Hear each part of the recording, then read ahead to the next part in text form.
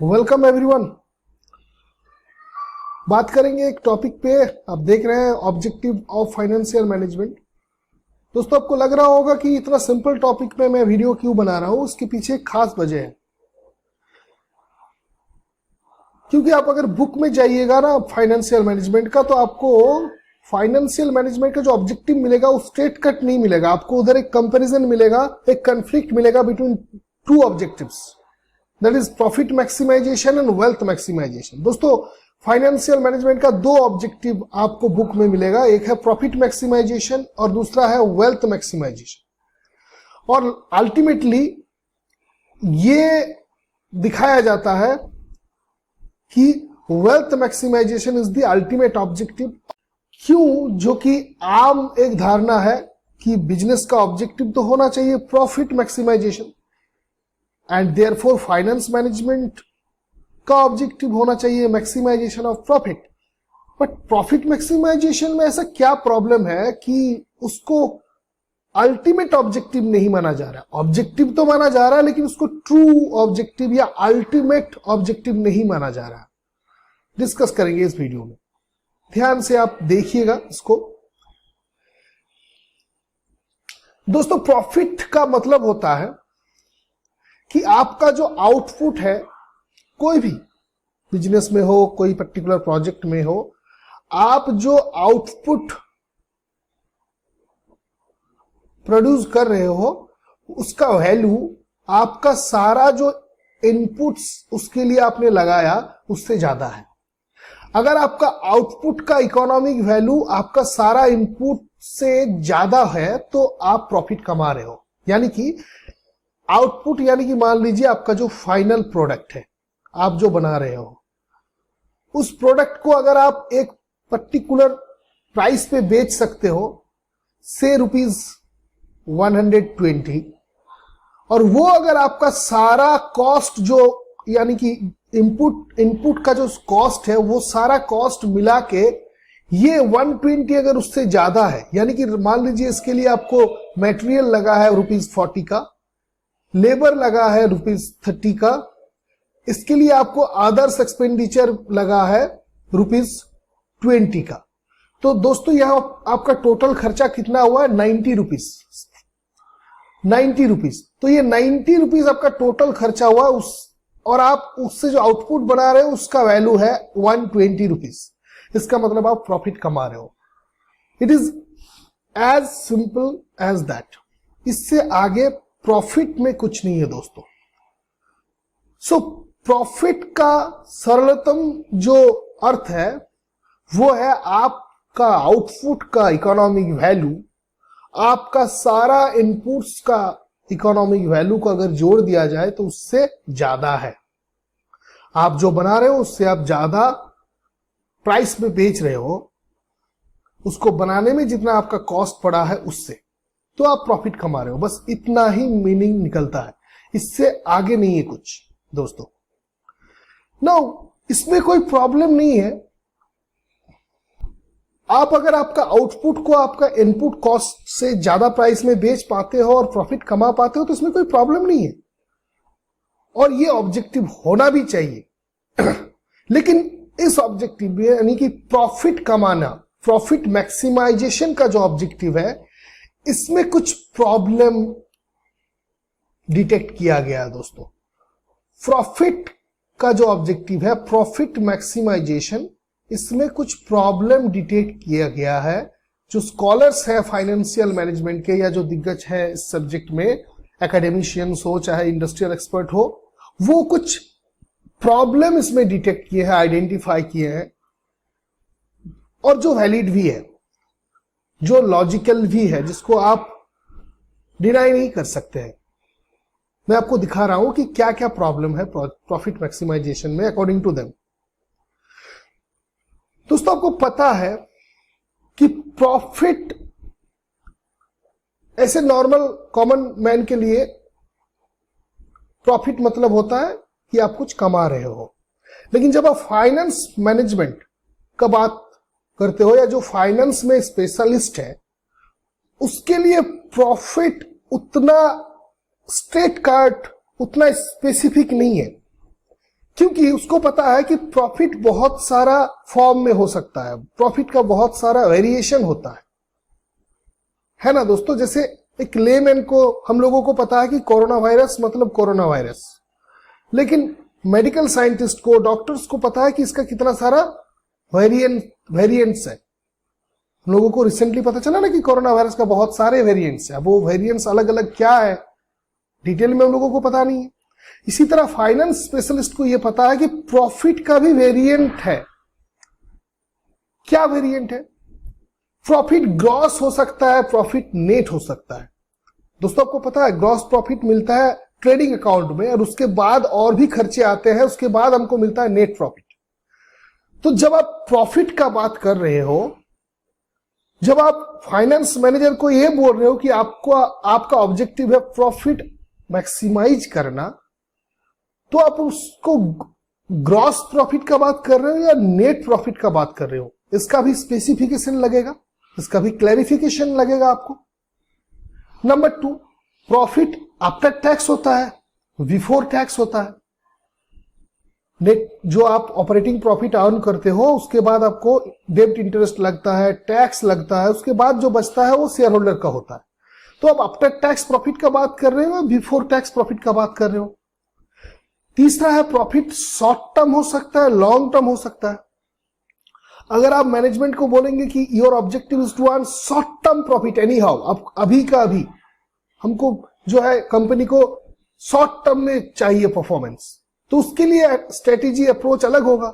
अगर आपको long term आपका पर्सपेक्टिव है, लॉन्ग टर्म व्यू है, तो उसके लिए जो अप्रोच होगा वो अलग होगा।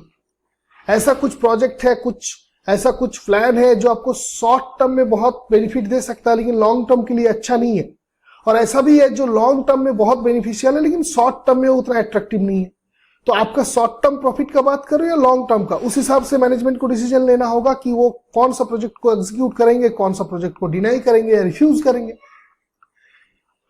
और इससे भी बड़ा बात है कि प्रॉफिट को डिफरेंट वेरिएबल से भी मेजर किया जाता है। जैसे आपको पता है दोस्तों, रिटर्न ऑन इक्विटी एक मेजरमेंट है प्रॉफिट का, रिटर्न ऑन कैपिटल एम्प्लॉयड है, रिटर्न ऑन एसेट्स है।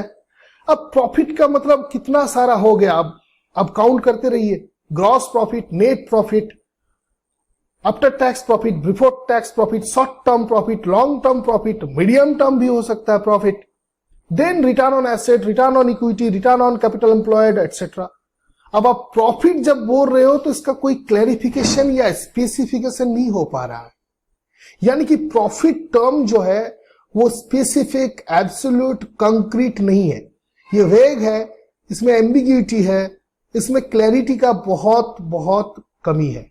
So first of all profit is not clear, और आप बोल सकते हैं प्रॉफिट इज एम्बिगियस। इससे एम्बिगियस कहता है, यानी कि एक धुआं सा छाया हुआ है जो कि क्लियर नहीं है। प्रॉफिट अगर कह दिया जाए फाइनेंस मैनेजमेंट को कि your objective is to earn profit, तो वो क्लैरिटी नहीं आ पा रहा है। नंबर 2 जो कहा जाता है कि प्रॉफिट को लेके प्रॉब्लम है, वो है दोस्तों टाइमिंग को लेके, टाइमिंग ऑफ प्रॉफिट या टाइमिंग ऑफ बेनिफिट। आप बोल रहे हो कि आप प्रॉफिट कमाओ, आप बेनिफिट लेके आओ कंपनी के लिए, लेकिन वो अर्निंग, या इसको अर्निंग भी आप बोल सकते हैं, प्रॉफिट भी बोल सकते हैं, तो वो जो टाइमिंग है उसके बारे में आप कुछ नहीं बता रहे हैं। फॉर एग्जाम्पल देखिए दोस्तों, यहां पर 2 प्रोजेक्ट है, दोनों में बराबर का प्रॉफिट है, प्रोजेक्ट ए प्रोजेक्ट बी। अगर आप टोटल प्रॉफिट को देखें तो दोनों में प्रॉफिट है 50,000। लेकिन आप देखिए प्रोजेक्ट ए में आपको मैक्सिमम अमाउंट, मोटा रकम आपको फर्स्ट ईयर के एंड में ही मिल जा रहा है, जो कि प्रोजेक्ट बी में आपको मिल रहा है लास्ट ईयर में। यानी कि प्रोजेक्ट ए और प्रोजेक्ट बी दोनों में आपको इक्वल अमाउंट ऑफ अर्निंग मिल रहा है, लेकिन टाइमिंग ऑफ बेनिफिट का डिफरेंस है। और उस हिसाब से प्रोजेक्ट ए जो है वो ज्यादा बेनिफिशियल है, क्योंकि उसमें आपका मोटा रकम आपको पहले ही मिल जा रहा है, आपका छोटा खाटा 10,000 आपका फंसा हुआ रह रहा है फॉर नेक्स्ट 2 ईयर्स, और उसमें से 5,000 आपको तो नेक्स्ट ईयर मिल जा रहा है, फिर थर्ड ईयर में 5,000। लेकिन प्रोजेक्ट बी में आपको मोटा रकम, मैक्सिमम अमाउंट 40,000 जो है वो आपका 3 साल के लिए फंसा है, आपको पहले छोटा अमाउंट मिल रहा है। हालांकि दोनों में इक्वल बराबर का अर्निंग है 50,000, लेकिन टाइमिंग ऑफ बेनिफिट के हिसाब से और इस प्रिंसिपल को अगर आप अप्लाई करें कि अर्लियर इज बेटर, क्योंकि आप टाइमिंग को अगर देखें तो project A is better than project B, लेकिन एक अकाउंटिंग का जो अप्रोच है या प्रॉफिट मैक्सिमाइजेशन का जो ऑब्जेक्टिव है, प्रॉफिट मैक्सिमाइजेशन या इस ऑब्जेक्टिव के नजरिए से देखें तो दोनों का प्रॉफिट बराबर है, दोनों 50,000 करके प्रॉफिट आपके लिए लेके आ रहा है। तो ये भी एक प्रॉफिट मैक्सिमाइजेशन का प्रॉब्लम है, या आप बोल सकते हैं लिमिटेशन है कि प्रॉफिट मैक्सिमाइजेशन प्रॉफिट को बस प्रॉफिट के हिसाब से देखता है। प्रॉफिट मींस प्रॉफिट, अब वो आज हो रहा है ना 2-3 साल बाद, उसका डिफरेंस करने का, उस दो टाइमिंग, आज का प्रॉफिट और 10 साल बाद का प्रॉफिट या 5 साल बाद का प्रॉफिट या 2 साल बाद का प्रॉफिट, ये दोनों को डिफरेंशिएट करने का कोई मैकेनिज्म है नहीं प्रॉफिट मैक्सिमाइजेशन में। तो ये एक प्रॉब्लम है प्रॉफिट मैक्सिमाइजेशन का दोस्तों। तो ये हो गया 2 problem, ambiguous and timing of benefit. दोस्तों थर्ड प्रॉब्लम है प्रॉफिट मैक्सिमाइजेशन का, वो है क्वालिटी ऑफ बेनिफिट को लेके, क्वालिटी ऑफ प्रॉफिट या क्वालिटी ऑफ बेनिफिट। दोस्तों प्रॉफिट मैक्सिमाइजेशन जो बेनिफिट मिलता है उसका क्वालिटी को लेके कोई कंसीडरेशन नहीं करता है, यानी कि आपको जो प्रॉफिट हुआ, जो बेनिफिट, अकाउंटिंग बेनिफिट जो आपका हुआ, उसको वो बेनिफिट या प्रॉफिट मान लेता है, लेकिन उसमें से कितना मिलेगा, कि उसमें से कितना अमाउंट मेरा रिस्की है जो मुझे नहीं भी मिल सकता है, ये कंसीडरेशन क्वालिटी में, वो रिस्की है या वो सर्टेन है, इसका डिफरेंशिएशन नहीं कर पाता प्रॉफिट मैक्सिमाइजेशन। प्रॉफिट मैक्सिमाइजेशन का ऑब्जेक्टिव के हिसाब से 2 बेनिफिट इक्वल है, एक बेनिफिट जो सर्टेन है, एक जिसमें रिस्क है, दोनों इक्वल है क्योंकि दोनों प्रॉफिट है मेरे लिए। प्रॉफिट मैक्सिमाइजेशन का ऑब्जेक्टिव ये डिफरेंशिएट कर ही नहीं पाता है कि किसमें रिस्क है, किसमें सर्टेनिटी है। This is another problem of profit maximization दोस्तों। अब ये प्रॉब्लम को रिमूव करने के लिए जो ऑब्जेक्टिव सेट किया गया वो है वेल्थ मैक्सिमाइजेशन। एक्सपर्ट के हिसाब से profit maximization can not be the ultimate objective. जो ऑब्जेक्टिव खुद ही ठीक ठाक नहीं है, जो क्वालिटी को कंसिडर नहीं कर पा रहा है, जो टाइमिंग को लेके कोई कंसिडरेशन नहीं है, जो खुद क्लियर नहीं है, एम्बिगुअस है, वो कैसे एक ड्राइविंग ऑब्जेक्टिव बन सकता है फाइनेंस मैनेजर का। तो profit maximization never be the ultimate objective. इतना प्रॉब्लम के साथ ये ऑब्जेक्टिव तो अल्टीमेट ऑब्जेक्टिव नहीं बन सकता है।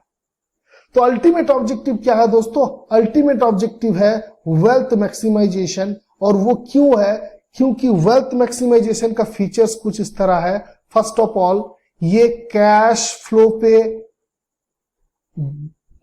विश्वास रखता है, ये कैश फ्लो को लेके डील करता है। It consider cash flow. Number 2, ये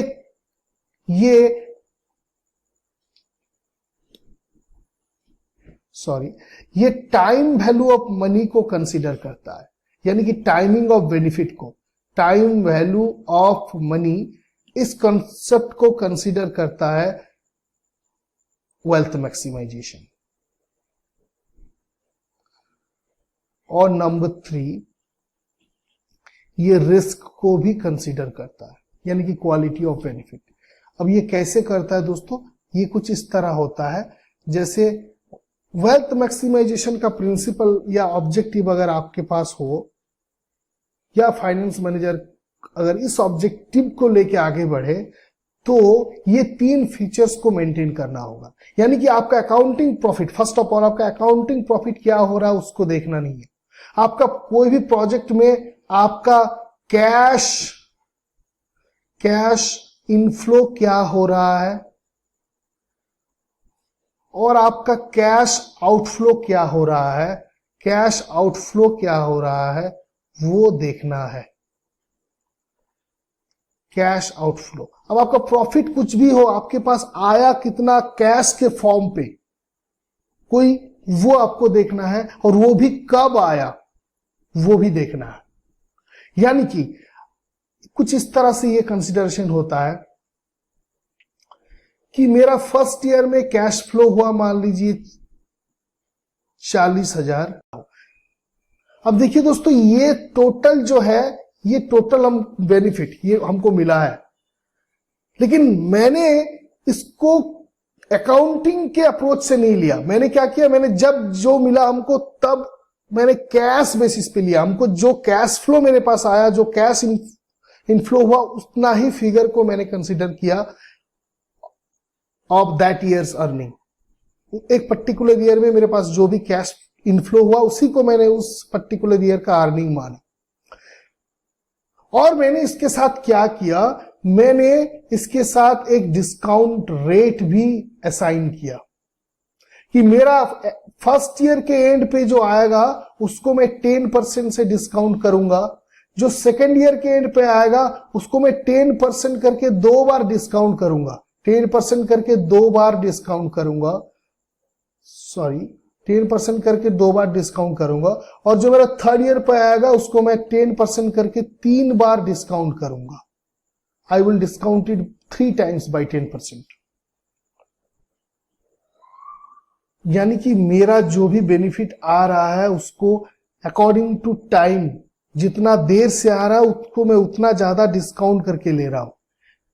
मेरा 100 रुपया अगर आया नेक्स्ट ईयर तो मैं उसको आज का पकड़ूंगा 90 रुपया। मैं प्रेजेंट वैल्यू निकालूंगा हर एक ईयर का कैश फ्लो का।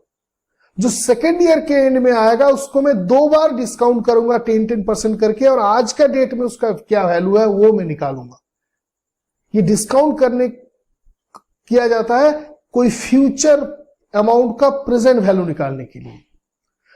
तो जो मुझे 2 साल बाद मिलेगा उसका वैल्यू मैं उतना नहीं लूंगा, उससे कम लूंगा, इसीलिए उसको मैं डिस्काउंट करूंगा। जो मुझे 3 साल बाद मिलेगा उसको मैं 3 बार डिस्काउंट करूंगा और आज का डेट का वैल्यू लूंगा। तो ये डिस्काउंट रेट किस तरह से सेट किया जाएगा दोस्तों? ये डिस्काउंट रेट सेट किया जाएगा अकॉर्डिंग टू रिस्क, कितना रिस्क है उसमें।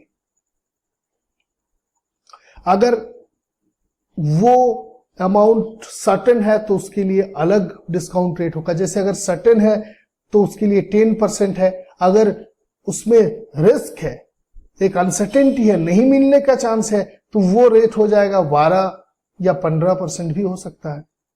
जितना ज्यादा अनसर्टेनिटी, जितना ज्यादा रिस्क, उतना बड़ा परसेंटेज, उतना ज्यादा डिस्काउंट रेट यूज किया जाएगा। यानी कि अगर 100 रुपया मुझे नेक्स्ट ईयर मिलने वाला है तो आज का वैल्यू होगा उसका 90 रुपीज, अगर एक मॉडरेट लेवल का रिस्क है तो। और अगर ज्यादा रिस्क है, मतलब नहीं मिलने का भी चांस है, ये तो हो गया टाइमिंग के लिए कि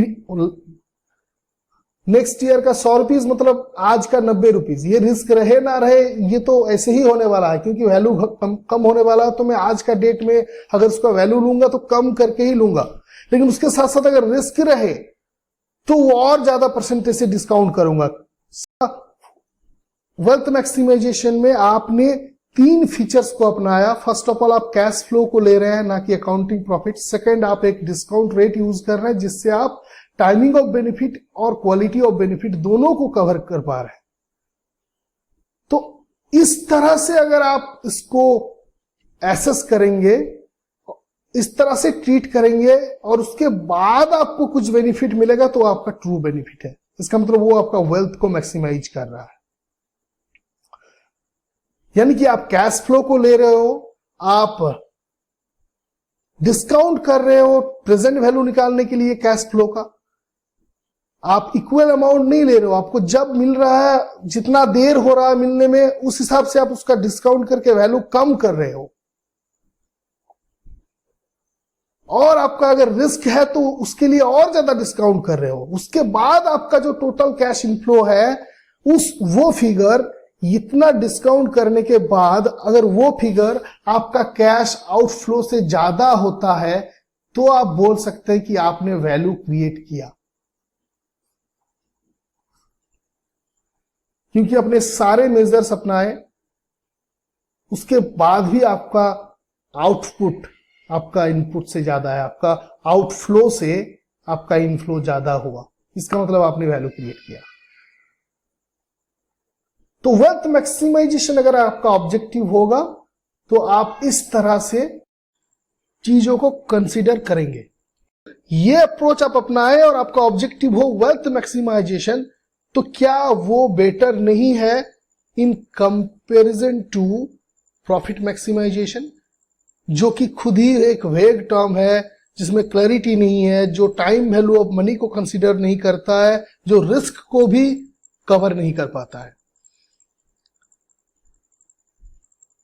so now you decide which one should be the ultimate objective, profit or wealth?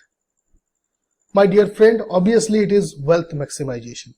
So finally, the ultimate objective of a business is, or of financial management specifically, is to maximize wealth of the shareholder, is to maximize value of the shareholders. Obviously, profit maximization can be considered, may be considered as an objective, but it is not the ultimate objective. It is not as concrete, robust, clear and absolute as wealth maximization. Thank you दोस्तों for watching this video. I think it is clear to all of you the ultimate objective of financial management. मिलते हैं कोई next video में, तब तक के लिए bye.